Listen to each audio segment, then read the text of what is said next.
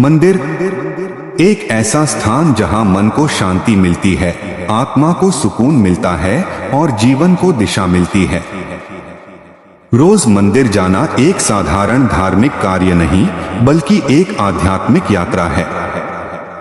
यह यात्रा शरीर, मन और आत्मा तीनों के लिए कल्याणकारी होती है। हमारे सनातन धर्म में मंदिर केवल पूजा करने की जगह नहीं, बल्कि ऊर्जा का केंद्र माना गया है। यहाँ हर मूर्ति, हर घंटा, हर मंत्र और हर दीपक अपने आप में एक शक्ति का संचार करता है। जो व्यक्ति रोज श्रद्धा और भक्ति से मंदिर जाता है, उसके जीवन में 7 ऐसी दिव्य शक्तियां प्रकट होती हैं, जो उसे इस संसार में एक अलग पहचान देती हैं। आइए जानते हैं इन 7 दिव्य शक्तियों के रहस्य और उनके जीवन में होने वाले प्रभाव को। पहली दिव्य शक्ति मानसिक शांति और आत्मिक स्थिरता। रोज मंदिर जाने का पहला और सबसे बड़ा लाभ यह है कि व्यक्ति को मानसिक शांति प्राप्त होती है। मंदिर का वातावरण, वहां की घंटियों की आवाज, शंखनाद, मंत्रों का उच्चारण, दीपों की लौ, यह सब कुछ मिलकर हमारे मन की चंचलता को शांत कर देते हैं। जब हम मंदिर में भगवान के सामने खड़े होकर आंखें बंद करते हैं, तो बाहरी दुनिया की सारी हलचल रुक जाती है।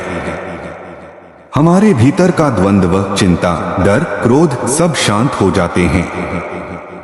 यह एक प्रकार का ध्यान होता है, जहां आत्मा परमात्मा से जुड़ जाती है। धीरे धीरे यह प्रक्रिया मानसिक संतुलन को मजबूत करती है। जो व्यक्ति रोज मंदिर जाता है, वह अधिक धैर्यवान, संयमी और शांतचित्त हो जाता है। दूसरी दिव्य शक्ति सकारात्मक ऊर्जा का संचार। मंदिरों में जो वातावरण होता है, वह विशेष रूप से सकारात्मक ऊर्जा से भरपूर होता है। वास्तुशास्त्र के अनुसार मंदिरों को इस प्रकार बनाया जाता है कि वहां प्राकृतिक ऊर्जा का प्रवाह बना रहे। जब कोई व्यक्ति मंदिर में प्रवेश करता है, तो उसकी नकारात्मक ऊर्जा धीरे धीरे समाप्त हो जाती है और वह सकारात्मकता से भरने लगता है। मंदिर की दीवारें, वहां गूंजते हुए मंत्र, पुजारियों का पूजा करना, यह सब एक दिव्य कंपन उत्पन्न करता है। यह कंपन हमारे शरीर की कोशिकाओं को प्रभावित करता है और हमारे मन को नई ऊर्जा से भर देता है। इसी कारण से कई लोग कहते हैं कि जब वे मंदिर से लौटते हैं, तो हल्कापन महसूस होता है। तीसरी दिव्य शक्ति कर्म सुधार और पुण्य का संचय। हर दिन मंदिर जाकर भगवान के सामने अपने दोष स्वीकार करना, क्षमा मांगना और फिर सही मार्ग पर चलने का संकल्प लेना, यह एक गहरा आत्ममंथन होता है। व्यक्ति जब रोज मंदिर जाता है, तो उसके जीवन में अच्छे कर्मों की प्रवृत्ति बढ़ जाती है। वह अपने कार्यों में सजग रहने लगता है और धर्म के मार्ग पर चलता है। ऐसे में उसके जीवन में पुण्य का संचय होने लगता है और पाप धीरे धीरे समाप्त हो जाते हैं। भगवान के सामने सिर झुकाना व्यक्ति को अहंकार से मुक्त करता है। वह विनम्र बनता है और यही विनम्रता उसे सही दिशा की ओर ले जाती है। यही कर्मों का शुद्धिकरण है, जो मंदिर जाने से धीरे धीरे होता है। चौथी दिव्य शक्ति इच्छा शक्ति की मजबूती।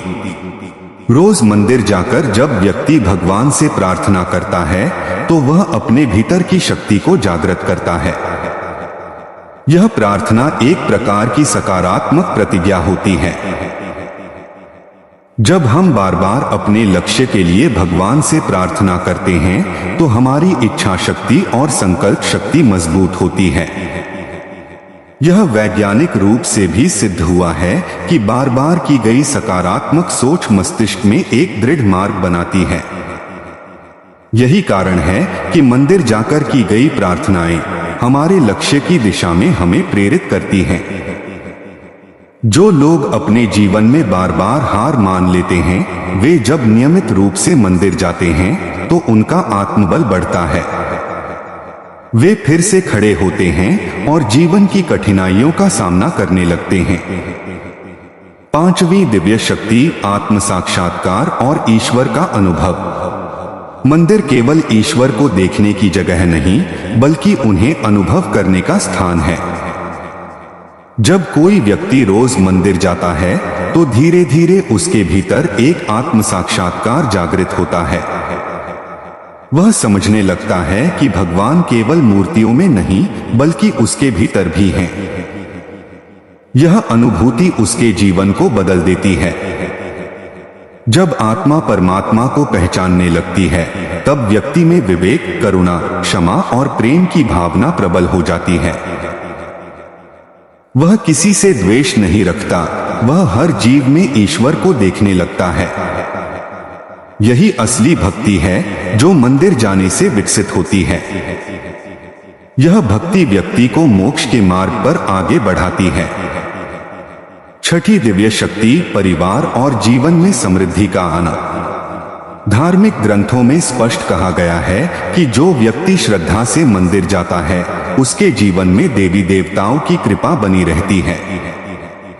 उसकी पूजा, दान और सेवा से उसके परिवार पर शुभ प्रभाव पड़ता है।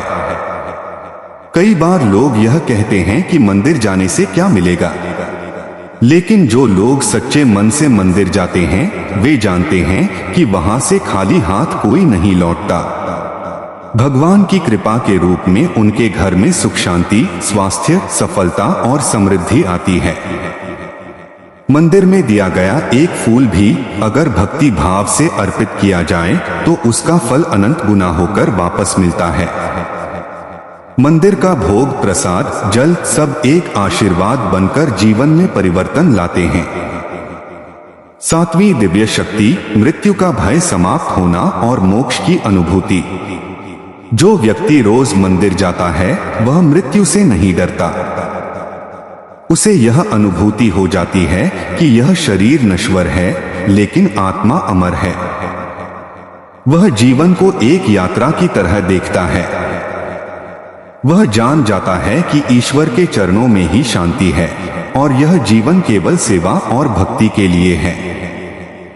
यह ज्ञान मृत्यु के भय को समाप्त कर देता है।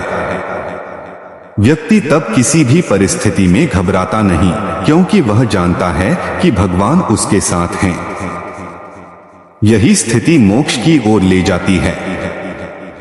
यह शक्ति केवल रोज मंदिर जाकर नियमित रूप से ध्यान, पूजा और आत्मचिंतन करने से प्राप्त होती है। निष्कर्ष, मंदिर जाना केवल एक धार्मिक कर्तव्य नहीं, बल्कि यह जीवन को दिव्यता की ओर ले जाने वाला एक माध्यम है। मंदिर हमारे भीतर सोई हुई शक्तियों को जगाता है। यह हमारे कर्म, विचार, व्यवहार और आत्मा सबको शुद्ध करता है। जब हम रोज मंदिर जाते हैं तो हम केवल भगवान के दर्शन नहीं करते, बल्कि अपने भीतर के देवत्व को जागृत करते हैं। यह 7 दिव्य शक्तियां, मानसिक शांति, सकारात्मक ऊर्जा, अच्छे कर्म, इच्छा शक्ति, आत्म साक्षात्कार, समृद्धि और मोक्ष, यह सब हमें मंदिर से प्राप्त होती हैं। जो व्यक्ति रोज मंदिर जाता है, वह धीरे धीरे एक साधारण मनुष्य से एक दिव्य आत्मा बन जाता है। उसका जीवन एक उदाहरण बनता है और वह न केवल अपना जीवन सुधारता है, बल्कि समाज में भी प्रकाश फैलाता है। तो आइए हम भी संकल्प लें कि हम रोज मंदिर जाकर सच्चे मन से भगवान के चरणों में शीश नवाकर अपने जीवन को इन 7 दिव्य शक्तियों से भरें। क्योंकि जहां भगवान का निवास है, वहीं से प्रारंभ होती है एक नई, उज्ज्वल और दिव्य जीवन यात्रा।